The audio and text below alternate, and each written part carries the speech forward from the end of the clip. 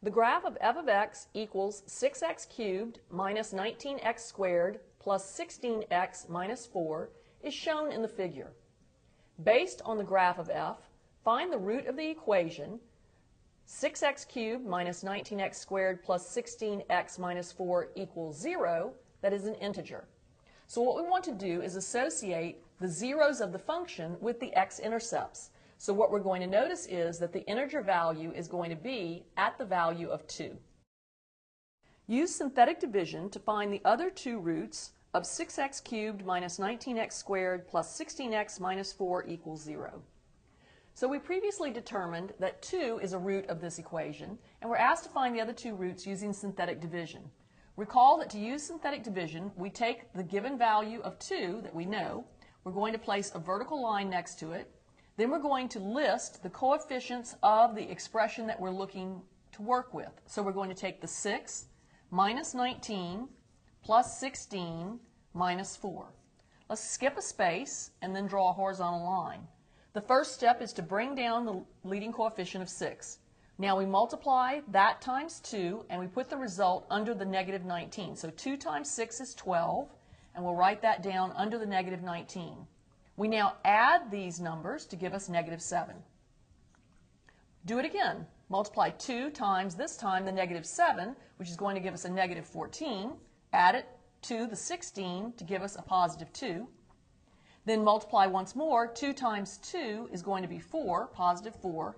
Adding those together gives us 0. And of course, the last term here is the remainder. We'd already determined that 2 was a root of the original equation, so that confirms what we already know. What that means is that our equation can be factored as, taking the 2 here, we'll have x minus 2. We'll take these as the coefficients of the other factor. That will be 6x squared minus 7x plus 2. Remember, this is set equal to 0 to find the roots. We can factor now further with our second factor here. So we're going to go ahead and bring down the x minus 2. And now we're going to factor by using trial and error. So we'll notice that we have a 6x squared. We can factor that as either 6x times x or 3x times 2x. Since the 7 is relatively small, let's use the factors that are closer together. That is, we're going to look at the 3x multiplied times the 2x. Now we look at our last term, which is a 2. The factors are 1 and 2. We could not place the factor of 2 in this last factor because then I would have a common factor here. So I'm going to use a 1 here and the 2 here. Now let's look at our outer term. That's going to be 3x. Our inner term is 4x. If both of these are negative, we end up with a negative 7x as our middle term, and we confirm that we get a positive 2 here. We now set each factor equal to 0.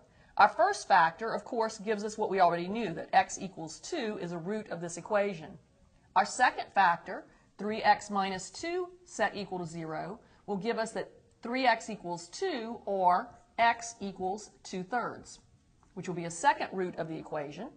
Our third factor, 2x minus 1 equals 0, would give us 2x equals 1, and now dividing by 2, we end up with x equals 1/2 as our third root of the equation.